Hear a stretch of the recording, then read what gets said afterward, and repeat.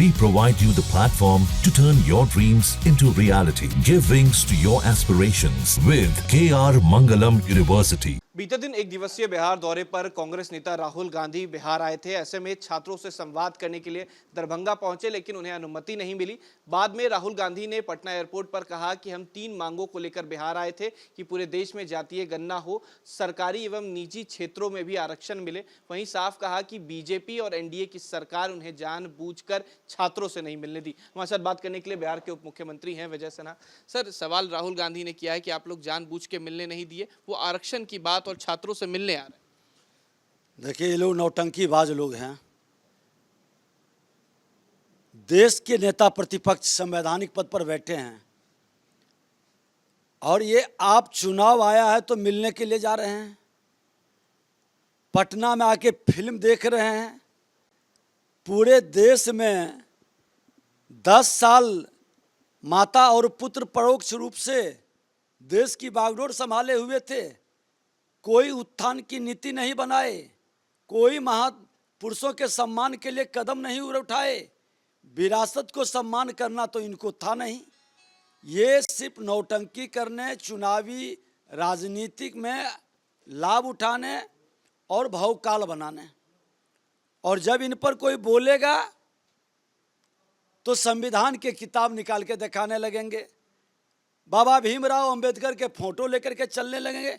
ये नौटंकीबाज लोग लीडर नहीं है।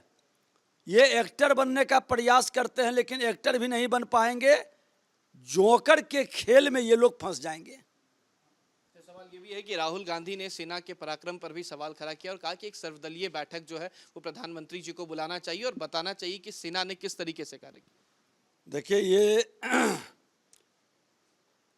प्रतिपक्ष को आज पूरी एकजुटता के साथ खड़ा होनी चाहिए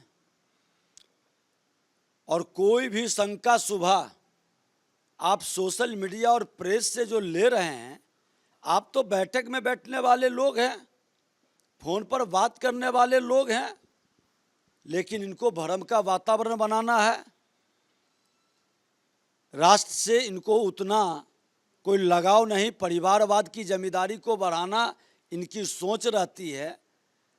अरे, देश के प्रधानमंत्री नरेंद्र मोदी जी तो वह काम करके दिखा दिए कि जो कहते हैं वो करते हैं और हर माँ भारती के संतान गौरवान्वित है। सवाल ये भी, आपने सोशल मीडिया का जिक्र किया। अब जो प्रतिपक्ष की जो पार्टियां हैं, जो विपक्ष में पार्टियां हैं, वो व्यक्तिगत तौर पर आरोप लगा रही हैं। आपके ऊपर भी कई सारे पोस्ट जो हैं वो किए गए। वो करेंगे, क्योंकि उन पर जब चोट पड़ता है तो बिलबिलाते हैं। उनके पिताजी का चेहरा अभी दिखाई पड़ेगा, कई रूप में झलकेगा।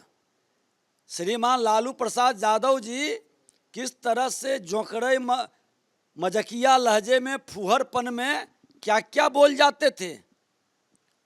उनके पुत्र उससे भी ज़्यादा बढ़ के खेलेगा और उनके दल के लोग का कैरेक्टर ही यही है।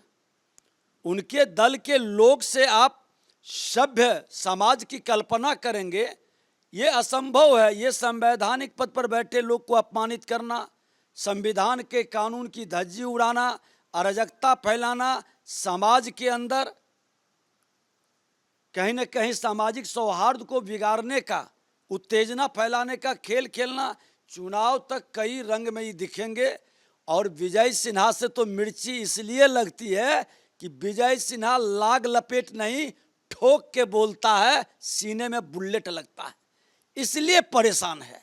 एक आखिरी सवाल है, पीएम मोदी 30 मई को बिहार आ रहे हैं। शाहबाद क्षेत्र में प्रधानमंत्री का दौरा होने वाला है। क्या लगता है कि शाहबाद क्षेत्र में जो लोकसभा चुनाव में जो नुकसान हुआ, क्या उसके बाद इस भरपाई की कोशिश? देश के प्रधानमंत्री जी आज देखिए भागलपुर किए, फिर मधुबनी किए। उनका दौरा होता है अलग अलग क्षेत्र का, कहीं कृषि विभाग का, कहीं पंचायती राज का, ग्रामीण विकास का।